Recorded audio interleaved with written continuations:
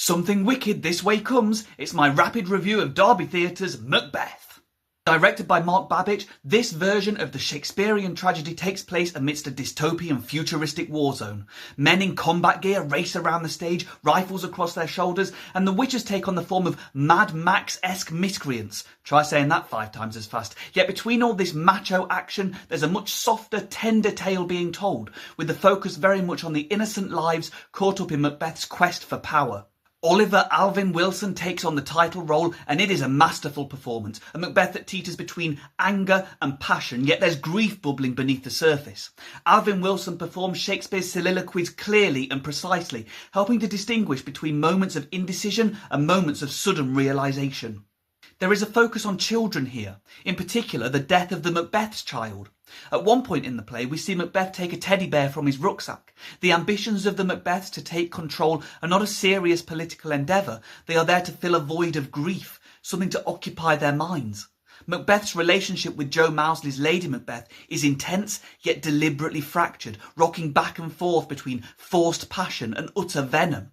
It provides an interesting motivation for the pair, one that allows the actors to make these villains almost likeable. Children are present throughout the play, with increased roles for Fleance and young Macduff, whilst the witches cradle bloody dolls when casting their spells, taunting Macbeth over the death of his child. Beyond Lady Macbeth's "I have given suck" speech, we get very little context from Shakespeare, so it's nice to see some of this backstory filled in here. Not everything in this production is so successful. There's some misjudged comedy courtesy of Benjamin Wilson's Ross, although he presents a much more rounded character in the latter half of the play.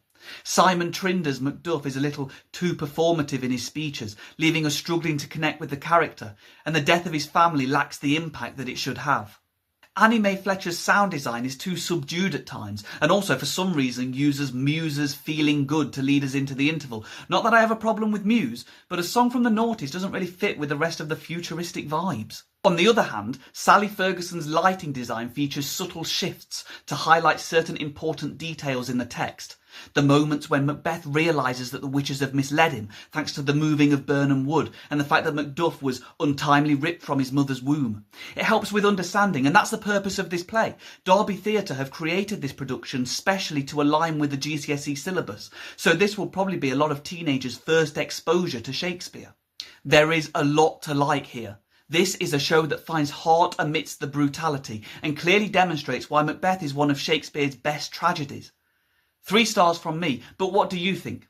You can see Macbeth at Derby Theatre until the 18th of April.